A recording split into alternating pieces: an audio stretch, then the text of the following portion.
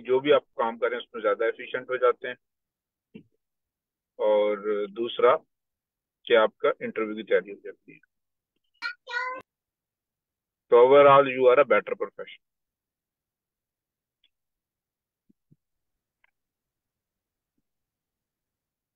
तो जिस तरह भी हमारे एक स्टूडेंट ने यहाँ पे पीएचडी ज्वाइन की है, तो वो अपने ग्रुप में सबसे बेस्ट परफॉर्मर वो है, हालांकि वो भी फर्स्ट ईयर का स्टूडेंट है।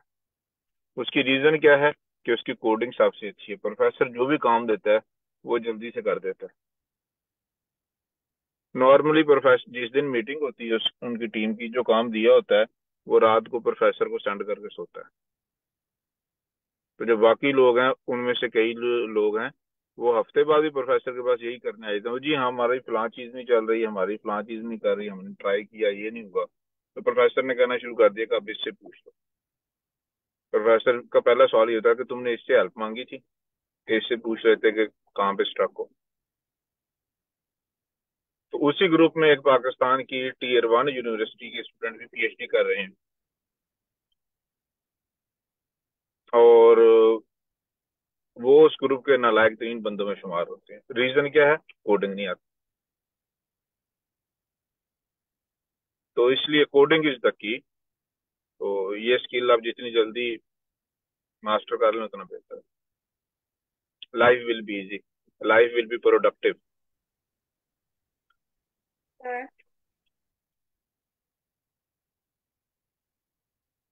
तो आप लोगों को जो सबसे पहले काम करना चाहिए वो ये करना चाहिए कि स्पेशली अगर आप लोग स्टूडेंट्स हैं पहले 2-3 सालों में, कि ये इंटरव्यू की तैयारी पूरी हो जाए अच्छी कंपनी से। जब वो पूरी हो जाए तो उसके बाद फिर नेक्स्ट फोकस होना चाहिए कि आइल्स और जीआरई हो जाए। और उसके बाद फोकस होना चाहिए कि जो मास्टर में आपने अमेरिका में आके सब्जेक्ट लेने हैं वो एक दफा पढ़ लें सारे के सारे। और वो हम हाईकोर्ट गुरु में पढ़ाते भी हैं। तो उसके बाद आप लोग रेडी हैं, फिर आप पाकिस्तान में बेशक जॉब करें, बेशक उतना सा फ्रीलांसिंग कर लें जब तक एडमिशन नहीं होता। तो this should be the strategy. Strategy इसका उल्ट बिल्कुल नहीं होनी चाहिए कि आप सबसे पहले फ्रीलांसिंग शुरू कर दें, बेशक आपको कुछ पावर पॉइंट आता है तो उसी की फ्रीलांसिंग करना शुरू कर दें। तो फिर जब आप लेस टेक्निकल चीजों की फ्रीलांसिंग में टाइम इन्वेस्ट करेंगे तो वो वेस्टेज होगा टाइम का, तो आप इंप्रूव नहीं कर पाएंगे। तो इसलिए शुरू हमेशा इन क्वेश्चन से करें, शुरू हमेशा बड़ी कंपनीज की तैयारी से करें। उसके बाद आप जब सारी तैयारियां पूरी हो जाएं, वो भी हो जाए, स्कॉलरशिप की तैयारी भी हो जाए, हैकाथॉन में भी आप जा जाके थक जाएं, फिर बेशक फ्रीलांसिंग स्टार्ट करें या आप पाकिस्तान में लोकल जॉब करें।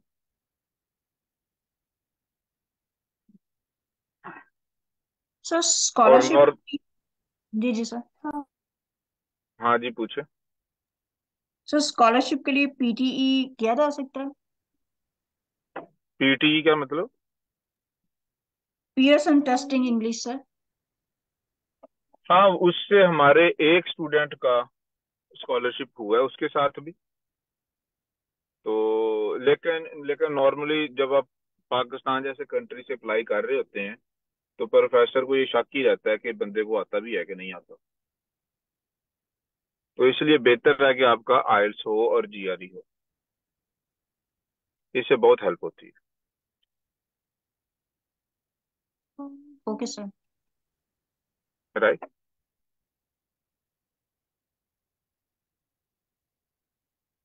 तो बेसिकली वही है कि हम लोगों को ओवर प्रूफ करना पड़ता है। हमें हर चीज ओवर प्रूफ करना पड़ती है क्योंकि पाकिस्तान से लोग बहुत कम जाते हैं स्कॉलरशिप पे।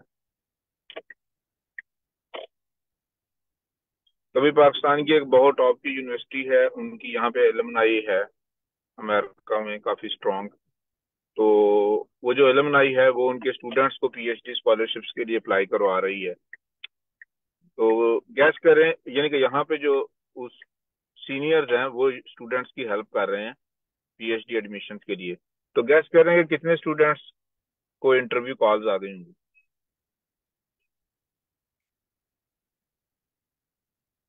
जब उन्हें अमेरिका से लोग गाइड कर रहे हैं।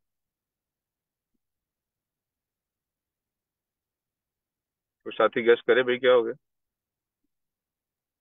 No sir, no idea. Success क्रोस। रेट क्या हो? सर क्वेश्चन क्या था? सर सर कि sir 80% approximately time. More than 50% 50%। तो कोई और क्वेश्चन ये है कि पाकिस्तान की एक यूनिवर्सिटी है, उसके सीनियर अपने जूनियर्स को पीएचडी स्कॉलरशिप के लिए हेल्प कर रहे हैं अप्लाई करने में, और क्या कहते हैं, through alumni association.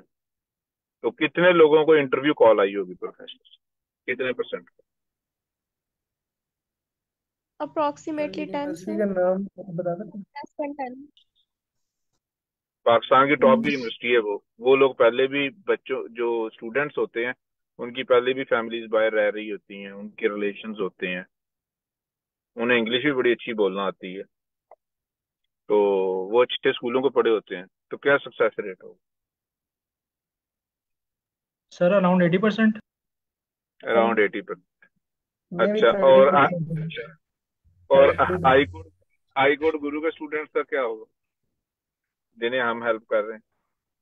Sir 99% I guess. 99%। तो जी उस यूनिवर्सिटी के, अच्छा आपने कभी सुना है कि पाकिस्तान की किसी अच्छी यूनिवर्सिटी से कोई बंदा स्कॉलरशिप पे गया हो बाहर? ओपन स्कॉलरशिप पे कोई नहीं जाता। अच्छा, उस यूनिवर्सिटी के स्टूडेंट्स में से अभी तक किसी को भी इंटरव्यू कॉल नहीं, और हमारे हर स्टूडेंट को ऑन एवरेज 5 कॉल्स आ चुकी हैं।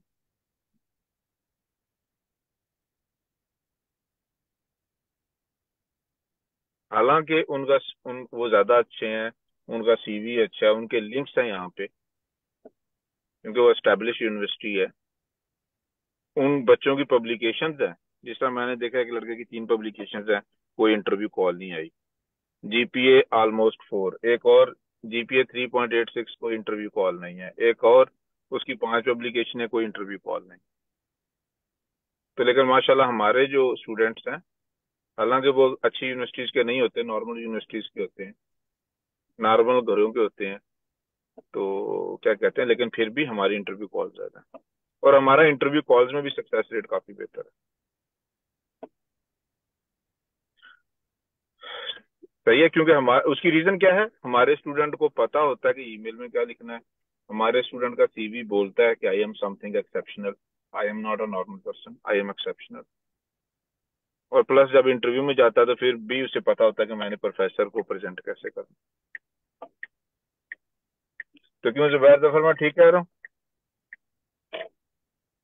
यस सर, इसमें कोई शक नहीं है। जब सेशंस में एज अ ट्रेनर कोई भी स्टूडेंट पढ़ा चुका होता है तो उसका कॉन्फिडेंस लेवल इतना होता है कि वो किसी भी प्रोफेसर के सामने, स्पेसिफिकली अमेरिकन प्रोफेसर के सामने, बगैर कांपे, बगैर हिचकिचाए बहुत कॉन्फिडेंटली अपनी बात कन्वे कर पाता है, जो कि 99% इंटरनेशनल कैंडिडेट्स भी फेल कर जाते हैं ये चीज़। बिल्कुल, 99% जीपीए 4 भी फेल कर जाते हैं, अंडर प्रेशर परफॉर्म नहीं हो पाता। तो चलें जी, किसी और को क्वेश्चन? तो बेसिकली आज मैंने जो साथियों ने लेट ज्वाइन किया उन्हें बताया कि आप सबसे पहले अपनी इंटरव्यू की तैयारी पूरी करें, उसके बाद आईएलटीएस जीआरई करें और अप्लाई करना शुरू करें, उसके बाद मास्टर करें, मास्टर के कोर्सेज पूरे करें। फिर अगर आपके पास टाइम है, लेट्स सपोज अभी एडमिशन नहीं हुआ, स्कॉलरशिप नहीं हुआ, बातें चल रही हैं, तो आप बेशक पाकिस्तान में लोकल जॉब कर लें या फ्रीलांसिंग कर लें। तो इस बारे में किसी को क्वेश्चन? फिर हम चलते हैं आज के सेशन की तरफ।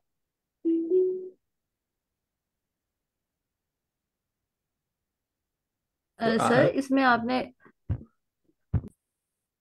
जी बोलो। सर अभी आपने बोला कि मास्टर के कोर्स को कंप्लीट करें, सर ये बात समझ नहीं आई। हाँ जी बिल्कुल। अच्छा, सीधी सी बात है, अमेरिका में जितने लोग आते हैं ना, वो सारे अच्छे खासे ज़हीन होते हैं। समझ लो आपकी यूनिवर्सिटी का टॉपर आता है, बल्कि मोस्टली पाकिस्तानी यूनिवर्सिटी के टॉपर्स भी नहीं आते यहाँ पे। तो इसका मतलब है यहाँ पे जो स्टूडेंट्स का स्टैंडर्ड है वो काफी हाई होता है क्लास में, और यहाँ क्लास में नॉर्मली कंपैरेटिव मार्किंग होती है कि क्लास में 2 स्टूडेंट्स को उन्होंने A+ देना ही देना है, क्लास में 2 स्टूडेंट्स को उन्होंने फेल करना ही करना है, बाकी 80% एवरेज होंगे, किसी का A होगा, किसी का B होगा। तो अगर पाकिस्तानी यूनिवर्सिटी का नॉर्मल बच्चा वैसे ही आ जाए अमेरिका, तो इट इज ऑलमोस्ट गारंटीड कि वो फेल हो जाएगा। ये गारंटीड है, वो बच ही नहीं सकता। जब तक उसे अकल आना शुरू होगी ना उस टाइम तक 2 सेमेस्टर गुजर गए होते हैं। तो इस चीज को कैसे अवॉइड करना है कि जब आपने अमेरिका के लिए जहाज में बैठना है तो आप अमेरिका में जो MS के कोर्स करने हैं आपने, वो ऑलरेडी एक दफा आप खत्म कर चुके हैं सारे के सारे। और फिर आप जब जब आप यहाँ पे आए तो आपको पता हो कि मैंने GPA 4 लेना है पहले दिन से, दूसरे दिन से नहीं, पहले दिन से, क्योंकि ये मसला जिंदगी और मौत का है। तो फिर सक्सेस मिलती है। तो हमारे स्टूडेंट ऐसे ही करते हैं, तो इसीलिए अभी तक माशाल्लाह सारे टॉप कर रहे हैं। ठीक है, तो जब तक इंटरनेशनल बाकी स्टूडेंट्स आते हैं वो 2 सेमेस्टर तक एडजस्ट होते हैं, उससे तक हमारा स्टूडेंट्स जो है GPA 4 ले चुका होता है पहले 2 सेमेस्टर में और आगे निकल चुका होता है। उसकी एक रेप्यूट बन गई होती है प्रोफेसर के सामने कि ये अच्छा स्टूडेंट है, और खुद उसे भी समझ आ गई होती है, क्लास वाले भी समझते हैं कि ये बहुत जीनियस है। ये बात समझ में आ गई है सबको? सर यस इसके सर। ऊपर एक क्वेश्चन है सर कि जो MS के कोर्सेज हैं वो तो तकरीबन सेम ही होते हैं, तो डिफरेंस क्या है अमेरिका के और इधर जो है MS के कोर्सेज के अंदर?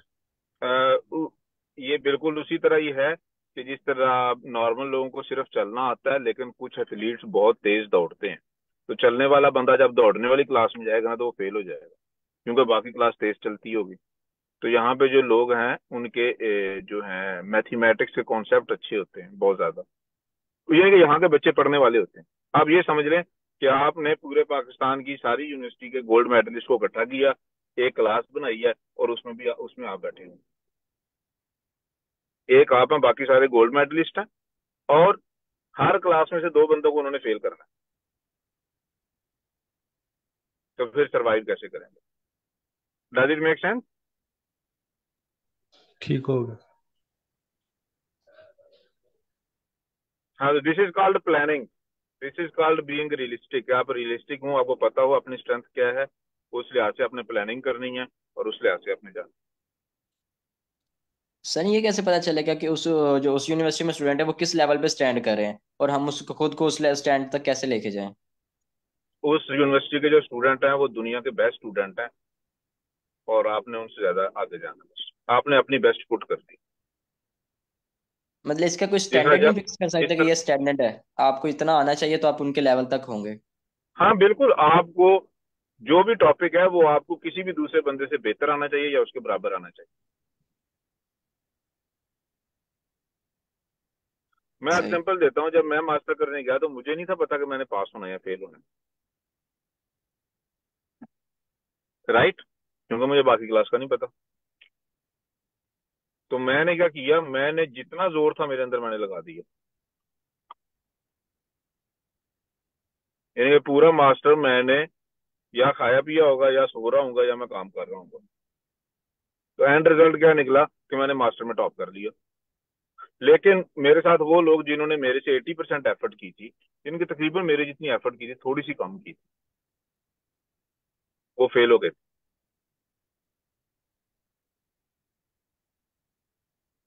तो वो जो एंड वाली एफर्ट है ना कि आपके टॉपिक नॉर्मली ये खास हद तक सबको आता है, वो जो रिफाइनमेंट है वो कुछ लोगों को आती है, और वो रिफाइनमेंट आपको आनी चाहिए। ये बिल्कुल उसी तरह है जिस तरह आप कहें कि MIT का, हार्वर्ड का, स्टैनफोर्ड का, गूगल में जाने का सक्सेस रेट सिर्फ 10% है, तो मैं गूगल में कैसे जाऊंगा? मैं तो एक नॉर्मल स्टूडेंट, तो मैं तो MIT गया ही नहीं हूँ। उसका आसान सा तरीका ये है कि get ready for the interview, interview की अच्छी तैयारी कर लो। तो वो हम हाईकोर्ट गुरु पे सिखाते हैं कि भाई how to crack the interview, वो हमें पता चल गया वो।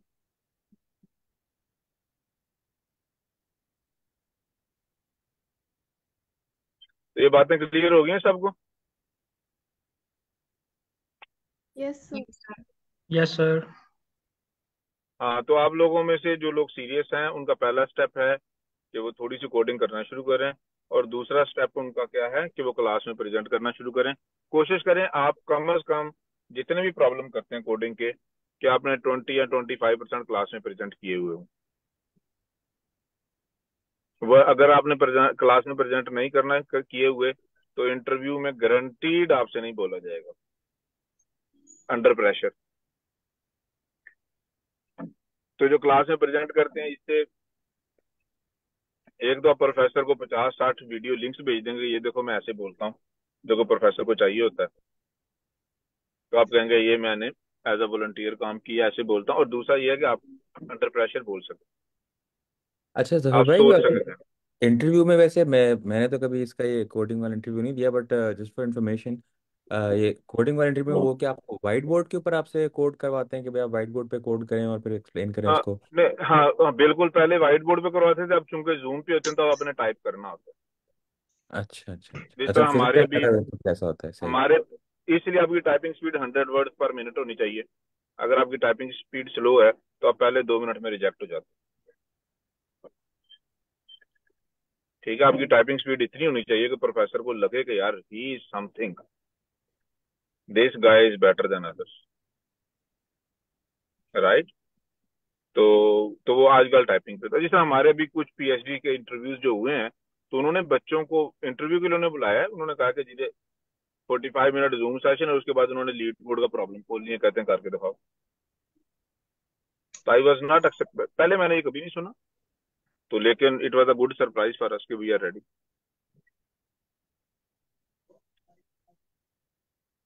तो हमारे उन स्टूडेंट को माशाल्लाह वो स्कॉलरशिप मिल गया है।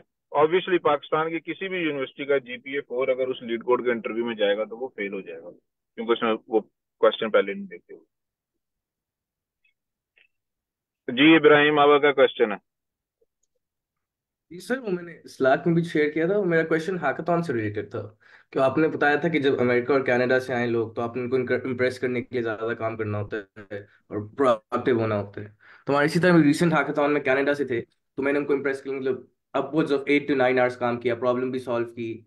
वो टाइम जोन मेरा नाइट में था, उनका 10-12 घंटे का डिफरेंस था। तो उनसे भी कम्युनिकेट किया रात के 3-4 बजे तक, और उस वक्त वो खुश थे प्रोग्रेस से भी, कम्युनिकेशन से भी, कि आप काम भी अच्छा कर रहे हैं। मैंने लिंक्डइन पोस्ट मेंशन की, सारा सही था। उसका मैंने उनसे कहा कि आप लिंक्डइन पर रिकमेंडेशन दे दें मुझे, तो उनका मैं आपको थोड़ी देर में दे दूंगा, मेरे पास अभी टाइम नहीं है। उसको मैंने उनसे कहा कि आपको मैं ड्राफ्ट अगर प्रोवाइड कर दूं तो आप कर सकते हैं, तो उन्होंने कहा ठीक है। तो उन्होंने लिंक्डइन रिकमेंडेशन प्रोवाइड कर दी। लेकिन जब मैंने उनसे कहा कि आप LOR इसी तरह अगर मैं आपको ड्राफ्ट दे दूं तो आप LOR लिख देंगे मुझे, तो उस पर उन्होंने रिजेक्ट कर दिया। तो सर इसकी मुझे रीज़न नहीं समझ आई, क्योंकि मैंने तो काम भी किया था, कम्युनिकेट भी किया था, अच्छा प्रोएक्टिव सारे। अच्छा, जी बिल्कुल बिल्कुल। कोई साथी बताया इसकी क्या रीजन है? कि इन्होंने काम भी बड़ा अच्छा किया, लिंक्डइन पे उसकी तारीफ भी की, वो इनके काम से खुश भी था, लेकिन उसने रिकमेंडेशन देने से इनकार कर दी। आई थिंक थोड़े क्या और रीजन है इसकी? शायद थोड़े से और हैकाथॉन्स का एक्सपीरियंस शो होगा तो फिर। मैंने किए हैं पहले से, 6-7 किए हैं पहले। अच्छा, बस फिर तो और क्या चाहिए। अच्छा अच्छा, भाई यही तो तो मुझे उसकी हैरानी। उसकी रीजन, इसे अ, इसे हम कहते हैं अनरियलिस्टिक एक्सपेक्टेशंस इन लाइफ। कि आपको मे बी 10% से ज्यादा लोग कंफर्टेबल नहीं होंगे LOR देने में। अब 10 लोगों से रिक्वेस्ट करें, पूरा जोर लगाएं, तो उनमें से शायद एक देगा। और फिर जो बंदा देगा, आपने उसकी लिंक्डइन पे भी तारीफें करनी है, उसके साथ रिलेशनशिप भी वार्म रखनी है। क्रिसमस पे उसे विश करें, हैप्पी न्यू ईयर पे विश करें, वैसे अपडेट्स भेजते रहें उसे,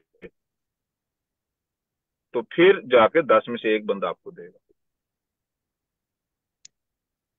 सही है। सर जी जी इसकी सर। इसकी क्या रीजन है कि क्यों नहीं देते हैं? अ, इसकी क्या रीजन है? दे डू नॉट फील कंफर्टेबल।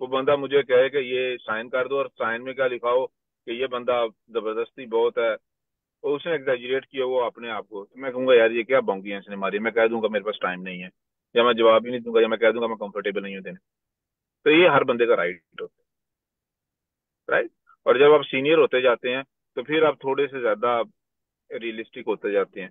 जो मैंने प्रॉब्लम्स देखी हैं नॉर्मली, कि पाकिस्तानी लोग बच्चे जो होते हैं, उन्हें LOR लिखना नहीं आता, तो उन्होंने एडजेक्टिव ज्यादा यूज किए होते हैं, and then turns off the international person. ठीक है, मसलन मैं अभी एक LOR देख रहा था, उसमें लिखा हुआ था कि जनाब ये मेरी क्लास का बहुत जबरदस्त स्टूडेंट था, मैंने इसे 2 सब्जेक्ट पढ़ाए, एक में इसने क्या कहते हैं एक्सीलेंट B+ ग्रेड लिया, और दूसरे में इसने जनाब जबरदस्त किस्म का B ग्रेड ले लिया। तो अब,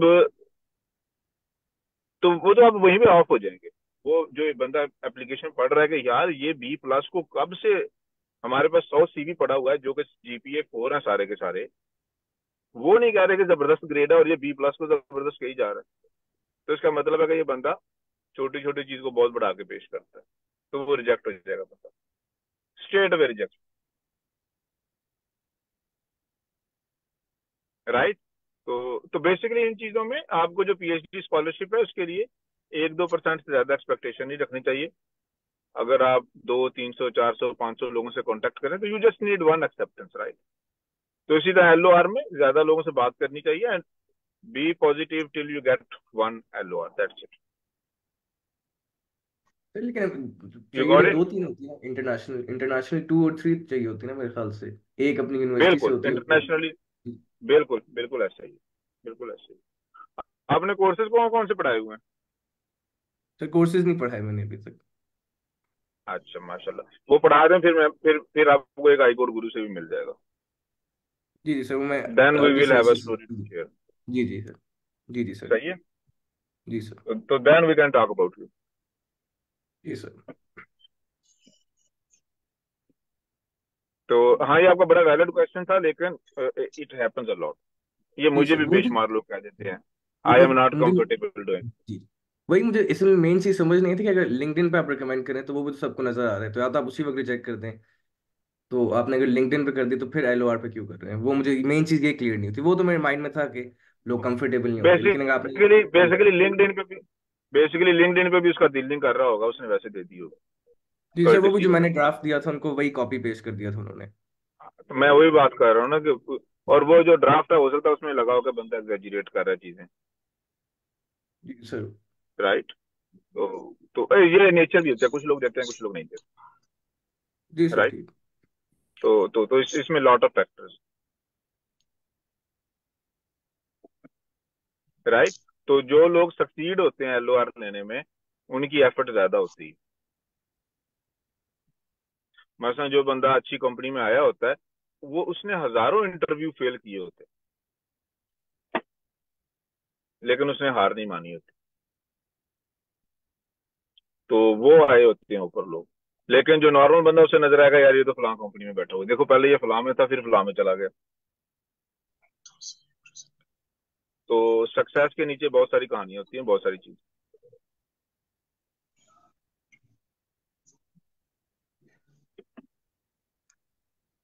जी किसी और क्वेश्चन? अब्दुल बासित आपका माइक ऑन है, आपको कोई क्वेश्चन है? अच्छा माइक।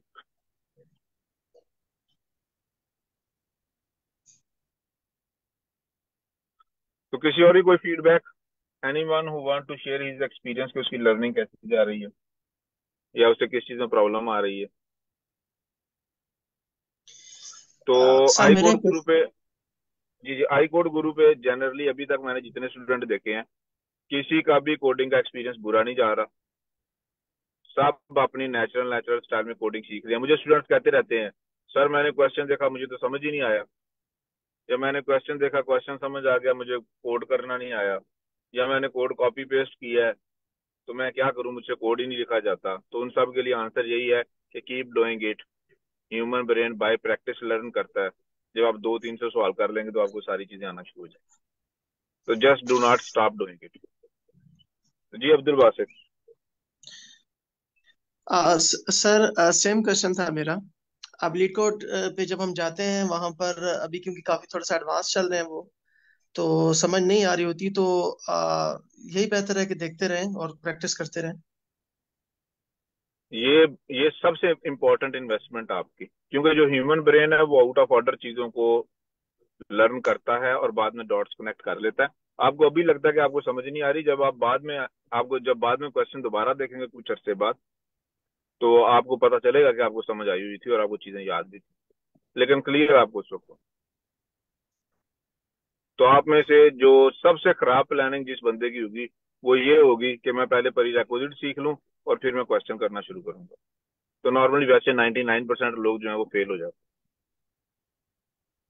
उसकी रीजन क्या है कि they do not have stamina to fight with unknown questions. वो बड़ी जल्दी हार मान लेते।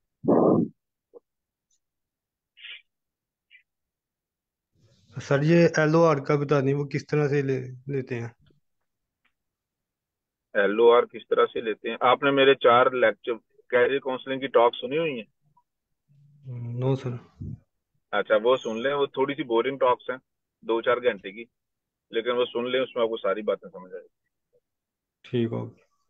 और बाकी लोग भी जिन्होंने वो टॉक्स नहीं सुनी हुई कैरियर काउंसलिंग की, वो प्लीज सुन ले, उसमें चीजें काफी डिटेल से कवर की गई।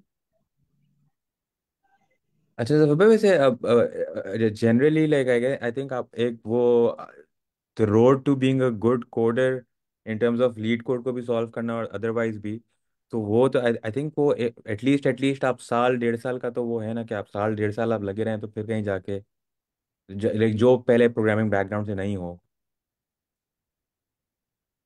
नॉर्मली ऑन एवरेज इसमें लगते हैं तकरीबन 2 महीने। जो हाई कोर्ट गुरु पे लोग आते हैं जीरो एक्सपीरियंस के बाद, 2 महीने बाद वो उन्हें समझ आ जाती है कि कोडिंग है क्या चीज। फिर आप जब कंसिस्टेंट होते हैं तो with every passing day you are a better version of yourself. तो जो जो आपका टाइम गुजरता जाता है तो आपका सक्सेस की प्रोबेबिलिटी हाई होती जाती है, राइट? तो बेसिकली अपने आपको ये बता दें कि it is way of life for me, मैंने कंटिन्यू करना है, और इट इज गारंटीड कि वो दिन आएगा जिस दिन I will be better than my interviewer and I will be better than the competition. अच्छा सही नहीं, बस मैं इसलिए बोल रहा था बिकॉज मैं जैसे मैं दूसरे मेरे जो पहले पुराने हैं हाई कोर्ट पे उन लोग से बातचीत होती है तो वही मतलब 1.5 साल 2 साल हो गया उनको करते हुए, तो अब जाके जो है वो मीडियम वाले क्वेश्चंस और इस तरह के खुद से मतलब वो कॉन्फिडेंटली वो कर रहे होते हैं। वो तो ये हालांकि वो इसमें, लोग तो वो हाँ लोग बिल्कुल। हालांकि CS बैकग्राउंड वाले हैं, बैचलर्स जिन्होंने CS में किया हुआ है या जो सॉफ्टवेयर हाउस में कर रहे होते हैं। बिल्कुल जो पाकिस्तानी CS बैकग्राउंड के बच्चे होते हैं, 99% को ऑब्जेक्ट ओरिएंटेड प्रोग्रामिंग से डर लगता अच्छा। है, राइट? जो पाकिस्तानी CS के शाह दिमाग हैं, बेस्ट ऑफ द बेस्ट हैं, वो इंटरनेशनल कोडिंग कंपटीशन में 2014 से जाना शुरू हुए थे। वो पहले पाकिस्तान में यूनिवर्सिटी लेवल पे कंपटीशन होता है सारी यूनिवर्सिटीज का, फिर टॉपर वर्ल्ड फाइनेंस में जाते हैं। वो अभी तक एक भी क्वेश्चन सॉल्व नहीं कर सके, 0 नंबर आता है हर साल। वो इजी वाला भी उनसे सॉल्व नहीं होता। वो 4 बंदों की टीम होती है, 3-4 घंटे का टाइम होता है। तो Pakistani software graduates is not a good benchmark. Hmm. सही है, पहली बात। तो दूसरी बात कि ये डिपेंड करता है कि आपका IQ कितना है, आप फ्रेश कितने हैं उस वक्त।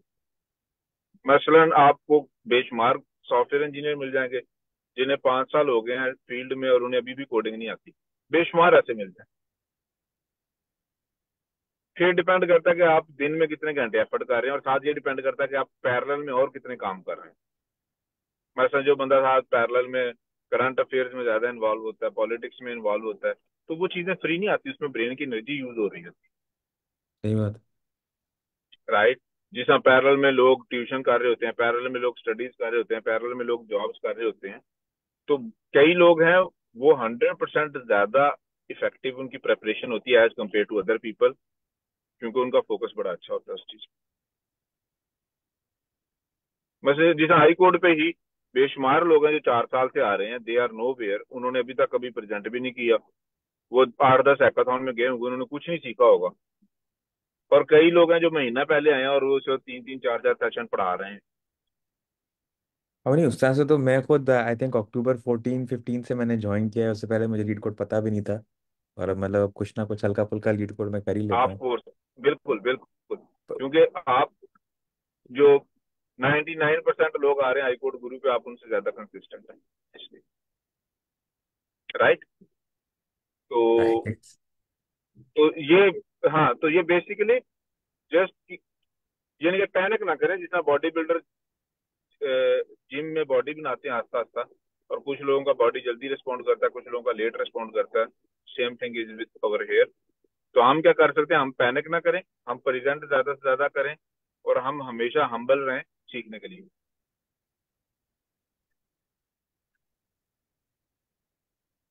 राइट? तो वो जो है, और अ, दो चीजें बहुत इंपॉर्टेंट है, एक आपको लीड कोड आता है और दूसरा आप अंडर प्रेशर सोच सके। तो जो पाकिस्तान के या दुनिया के भी जो अच्छे जीनियस बच्चे हैं वो फेल इसलिए कैरियर में होते हैं कि वो अंडर प्रेशर परफॉर्म नहीं कर पाते। तो हाई कोर्ट गुरु में इसीलिए हम रेगुलर प्रोफेशनल टीचर्स इंस्ट्रक्टर्स नहीं रखते कि भाई हम आप लोगों की इस चीज पे काम कर सकें कि आप लोग प्रेजेंटेशन कर सके और अंडर प्रेशर सीख सकें, चीज अंडर प्रेशर परफॉर्म कर सकें। इसीलिए वी डोंट केयर कि क्लास में 5 बंदे बैठे हैं, 15 बैठे हैं, 25 बैठे हैं। हमें पता है हर क्लास में एक स्टूडेंट को अपॉर्चुनिटी मिल रही है प्रेजेंट करने की, and that is which matters a lot.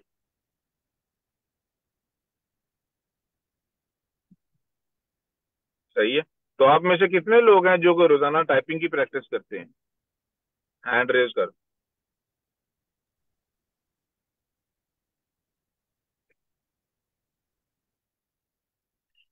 तो याद रखें टाइपिंग जो है ये कोडिंग से भी पहले आती है, और जिस बंदे की टाइपिंग वीक हो उसके लिए माफी की कोई गुंजाइश नहीं होती, क्योंकि टाइपिंग के लिए ना तो अच्छा टीचर चाहिए, टाइपिंग के लिए कोई ऐसी चीज नहीं चाहिए जो आप लोगों के पास नहीं है।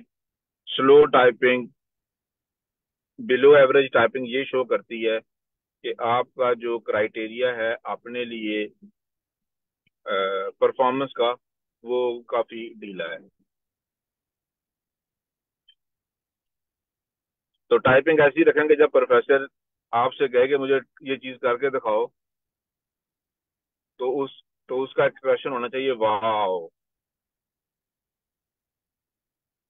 ठीक है, क्योंकि नॉर्मली जब इंटरव्यूज होते हैं तो जो नॉर्मली मेडियोकर यूनिवर्सिटीज के बच्चे हैं, मेडियोकर कंट्रीज के बच्चे हैं, उन्हें उस चीज पे असेस किया जाता है जो वो कर सकते थे कि ये इन्होंने कैसी की हुई है। मसलन ऑफ कोर्स जिस तरह हम जब इंटरव्यू करते हैं तो हम हर यूनिवर्सिटी का बंदा ले रहे होते हैं, तो एक नॉर्मल यूनिवर्सिटी का बच्चा और एक एमआईटी वाले बच्चे को हम कैसे देखते हैं? एमआईटी वाले बच्चे को हमें पता है कि इसका मैथ बहुत अच्छा होगा, इसकी टॉकिंग स्किल्स बहुत अच्छी होंगी, इंग्लिश का एक्सेंट बहुत अच्छा होगा। लेकिन जो नॉर्मल यूनिवर्सिटी का बच्चा, हमें पता है कि शायद इसका मैथ अच्छा ना हो, शायद इसे बोलना भी ना आता हो, शायद ये अंडर प्रेशर भी होगा। तो अगर नॉर्मल यूनिवर्सिटी का बच्चा आए, वो अंडर प्रेशर भी ना हो और उसकी टाइपिंग स्पीड भी एमआईटी वाले से अच्छी हो, तो वो ऑब्वियसली बंदा कहेगा यार दिस गाय इज समथिंग। सही है। तो ये वो चीजें हैं जो कि हम ऑफलाइन काम कर सकते हैं, जिनके लिए किसी अच्छी यूनिवर्सिटी में जाना जरूरी नहीं।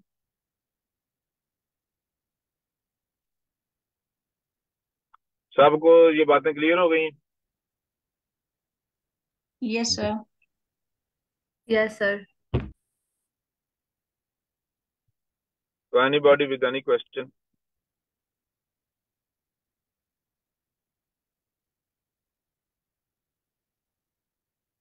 तो जी आप उन खुश पाकिस्तान के करोड़ों बच्चों में से आप वो खुशकिस्मत 20-25 लोग हैं जो कि इस वक्त बैठे हुए अपने आप को इम्प्रूव कर रहे हैं। तो इसलिए अल्लाह का शुक्र अदा किया जाए। काफी सारे लोगों को ये अपॉर्चुनिटी नजर ही नहीं आती, काफी सारे लोगों को ये पता ही नहीं है कि उनमें वीकनेसेस क्या क्या है, काफी सारे लोगों को ये पता ही नहीं है कि उन्होंने इंटरव्यू के दौरान इंटरव्यूअर को या प्रोफेसर को इम्प्रेस कैसे करना है या काबू कैसे करना। राइट। तो जिस तरह हमारे एक स्टूडेंट को प्रोफेसर ने एक बुक दी कि ये पढ़ के आओ, तो प्रोफेसर ने वो थी तकरीबन 400 पेजेस की। तो तो वो बुक कितने दिन में वो पढ़ के प्रोफेसर के पास गया हो? 4 दिन। एग्जैक्टली, क्योंकि उसे पता था बुक पढ़नी कैसे है। तो अगर कोई बच्चा हाई कोर्ट गुरु पे नहीं आ रहा तो वो बुक उससे खत्म ही नहीं होगी, कभी खत्म भी होगी तो उसे आएगी नहीं। तो 4 दिन बाद उसने बुक की स्लाइडें बना के प्रोफेसर को भेज दी, ये स्लाइडें हैं, मुझे बताओ कि मैं कब प्रेजेंटेशन दे सकता हूँ। तो प्रोफेसर ने आगे से क्या कहते हैं स्माइली फेस भेजा, उसने कहा मैंने तो वैसे पढ़ने के लिए कहा था, मैंने ये थोड़ी कहा था मुझे प्रेजेंटेशन दे। राइट। लेकिन ऑब्वियसली प्रोफेसर इंप्रेस हो गए।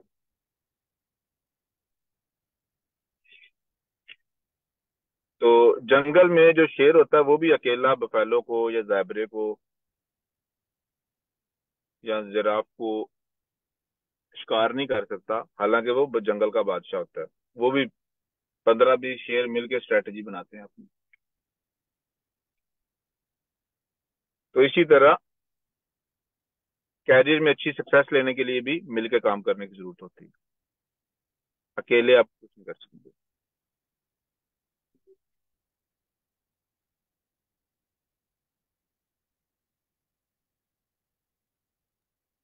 सफर भाई, आप मैनेज कैसे करते हैं? आपने मतलब अपने सारे फेसबुक के सिस्टम्स ऑटो पे लगा दिए हैं माशाल्लाह के। इतना टाइम आप निकाल लेते हैं, सुबह भी रात में भी, फिर रात में भी आप इतने लेट तक, सुबह भी इतनी जल्दी, अर्ली। मैं रात में काफी लेट काम कर रहा था, मैं तकरीबन 3 घंटे सोया। तो वही, आप सोते कब हैं? हाँ, तो मैं रात लेट काम कर रहा हूँ। तो हाँ, देखें, अगर मैं कर सकता हूँ तो आप तो मेरे से ज्यादा यंग हैं यार, आप लोग नहीं माशाल्लाह नहीं, कैपेबल भी हैं। तो आपका वो कोई जो नेक्स्ट है लेवल है, आप कोई नेक्स्ट लेवल आदमी है। क्या कहते हैं कि नहीं, मैं तो पाकिस्तान के टाट वाले स्कूल का पढ़ा हुआ हूँ यार। तो आप लोग माशाल्लाह, मैं आप लोगों से सीख रहा होता हूँ। तो you guys are much better than me. आप लोगों के पास अपॉर्चुनिटीज भी ज्यादा है, अवेयरनेस भी ज्यादा है, तो आप लोगों का सक्सेस का रेट चांस काफी ज्यादा होगा।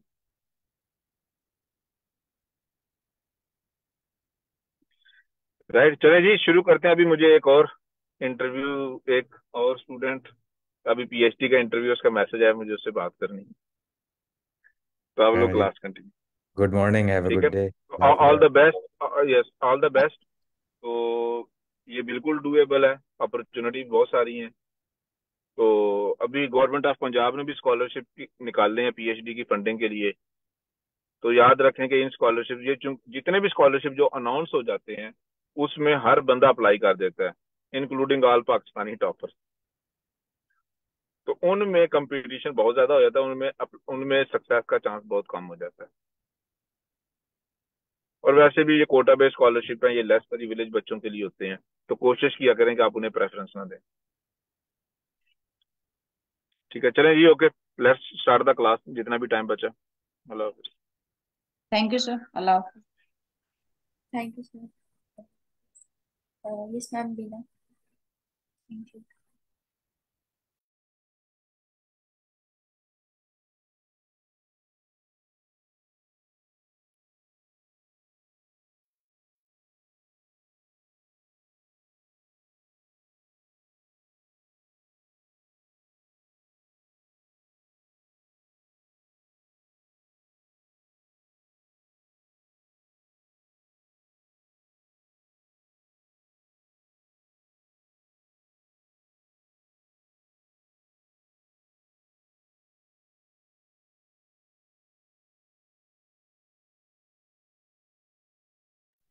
मैम बीना, आप मीटिंग में मौजूद है?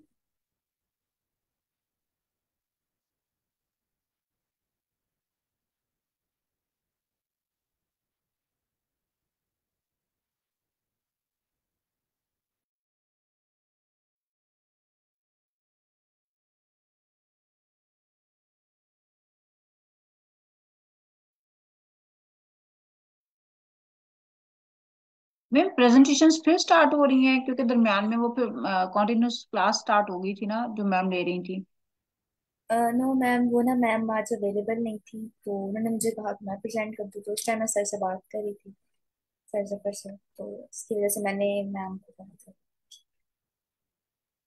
Okay ma'am.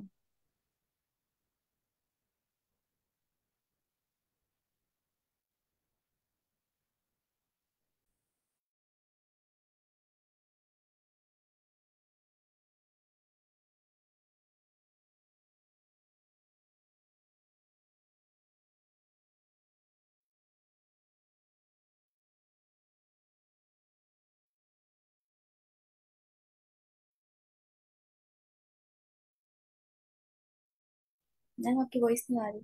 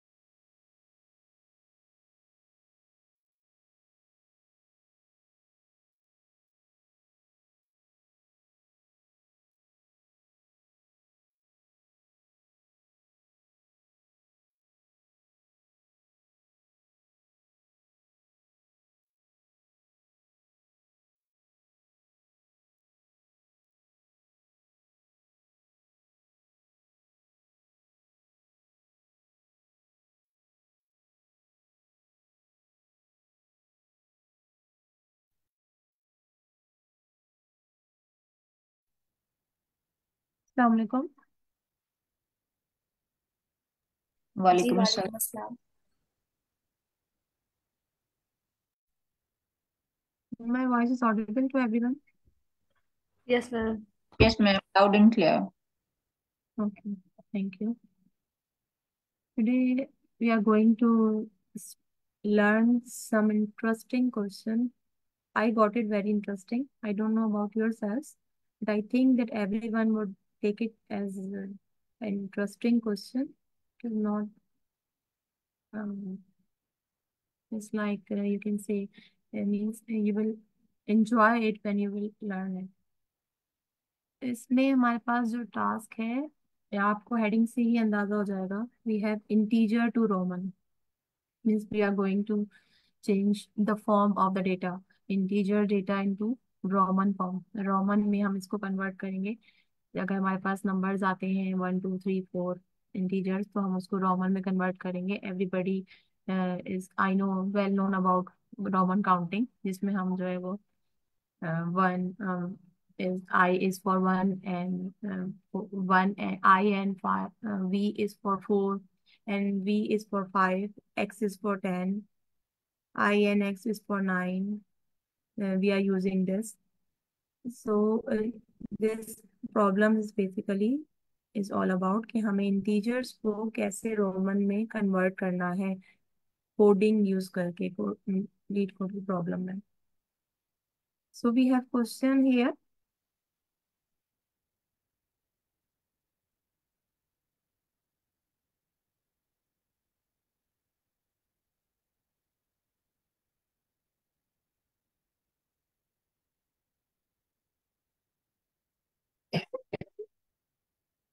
Roman numerals are represented by different symbols I, V, X, L, C, D, and M. Symbols are given over here, and the values are so I is equal to 1, V is equals to 5, X is equals to 10, L is equals to 50, C is equals to 100, D is equals to 500, and M is for 1000. For example, 2 is written as I and I in Roman numeral, just two ones added together. 1 and 2 is written as X, I, and I, which is simply X plus I and I, means X plus 2. The number 27 is written as X, X, V, 1 and V, I, and I, which means X, S is for 20, V is for 5, and I is for 2. ये सबको समझ में आ रहा है? Means के to जो है वो हम आई आई जब आई एक जो है वो आई, वो वन के लिए हमारे पास एक आई हमारे पास वन के लिए है, तो टू के लिए हमारे पास टू आई हो जाएंगे।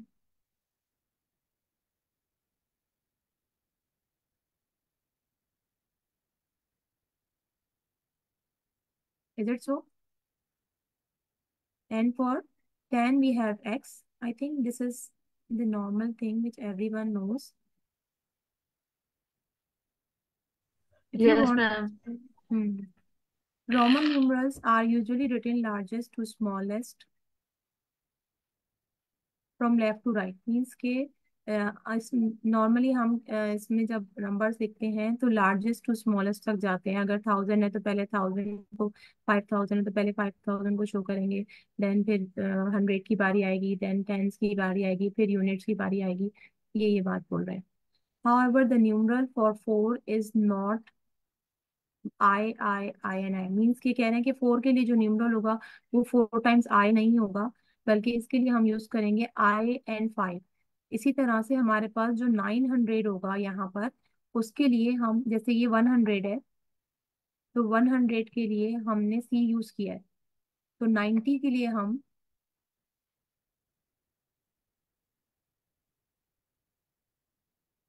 तो 90 के लिए हम XC यूज करेंगे। जैसे हमने 100 के लिए C यूज किया है, वैसे हम 90 के लिए XC यूज करेंगे। और अगर मेरे पास यहाँ पर D के लिए 500 है, तो 400 के लिए हम क्या यूज करेंगे?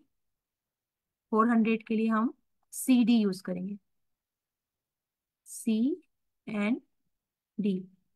C is saying K 100 is getting minus from D value, that is 500. So 100 minus from 500, it will be equal to 400. 100 minus from 500, it will be equals to 400. And so on, as we have M is equals to 1000. For 900, we will write over there CM. CM for 900, which is obviously we can estimate that 100 is getting minus from 1000 value. We will have our value 900. So that's the way we are estimating the values, writing the values in Roman numbers. Is everybody got it? ये सबको समझ में आ गई बात कि हम Roman yes numbers ma'am. कैसे? Thank you.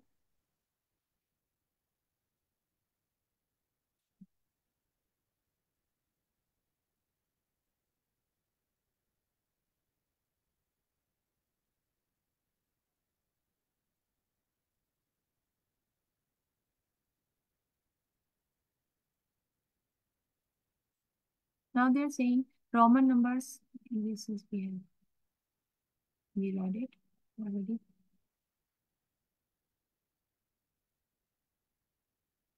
The same thing they are saying over here. Given integer converted into a Roman numeral. ये कह रहे हैं कि हमें आपका यहाँ पर जो integer number मिला हुआ है, and you have to convert it into a Roman numeral by using code. Num is equals to 3, and output is expecting, that is triple I. And explanation क्या है कि 3 is represented as 3 ones. Means 3 को जो हम represent करेंगे वो 3i से represent करेंगे. Second example में भी same ऐसा ही 58, 5, 50. For 50 we have L. For 50 we have L. And for 8 we have 5 and triple I. 5 plus 3, 8. And for 50 we have L. Here 1994 we have MCM XCI5 IV. Means M for 1000, CM for 900, XC for 90, and IV is equals to 4. How we will do this? इसके लिए I will explain it to you in, I think, what's the application you are using right in these days? I think Excel Draw. यही name है ना जो application आजकल ma'am use कर रही है? जी मैम। Excel draw. जी जी।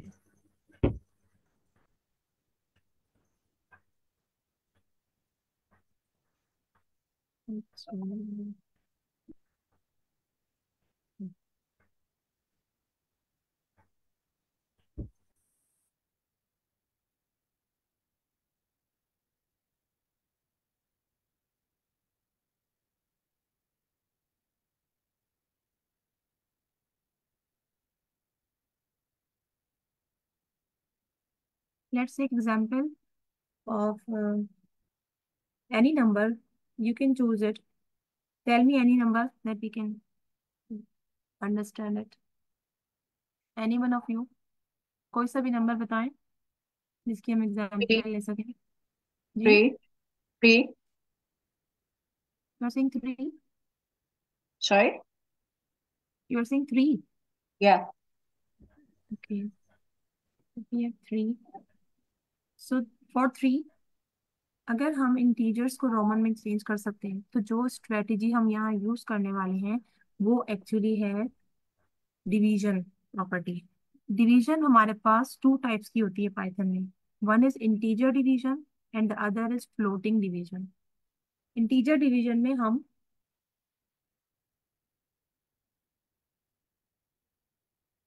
इंटीजर डिवीजन में हम डबल स्लैश यूज करते हैं हमारे फंक्शन के लिए, जिसमें हमें वो एग्जैक्टली राउंड ऑफ वैल्यू देता है। जैसे अगर we will divide 3.3 by 3.3 bye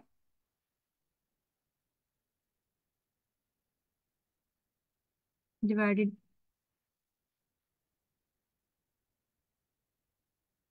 if we divide 3.3 divided by 3, so what we got? We got our answer 1.1। तो अगर हम डबल स्लैश यूज करेंगे पाइथन में तो हमें मिलेगा एग्जैक्टली राउंड ऑफ वैल्यू, जो एग्जैक्ट नियर इंटीजर की होगी, जो कि हमारे पास आएगी वैल्यू 1। 1। अगर मैं फ्लोट डिवीजन करवाऊँ तो फ्लोट डिवीजन में हमारे पास ये 1.1 वैल्यू ही आएगी। तो हम यहाँ पर यूज करने वाले हैं integer division value, because we want the round off value. अगर मैं यहाँ पर, जो हमारे पास एक क्वेश्चन दिया हुआ है जो कि है 1994, इसको मैं डिवाइड कर रहा हूँ नियरेस्ट वैल्यू जो कि मुझे गिवन है। ये इतनी ब्रॉड क्यों आ रही है? हम्म,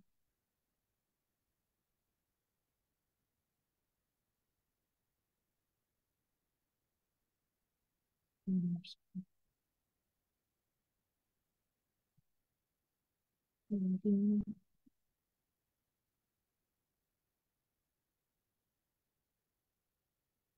1994।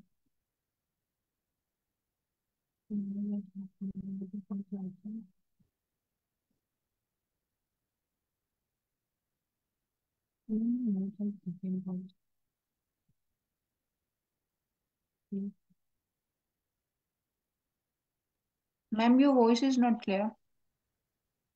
Actually, I'm talking to myself right now. That's good. The marker's color is changing automatically.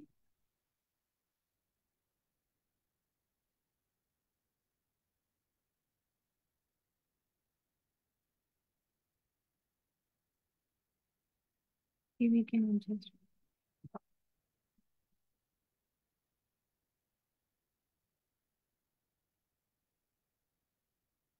Yeah.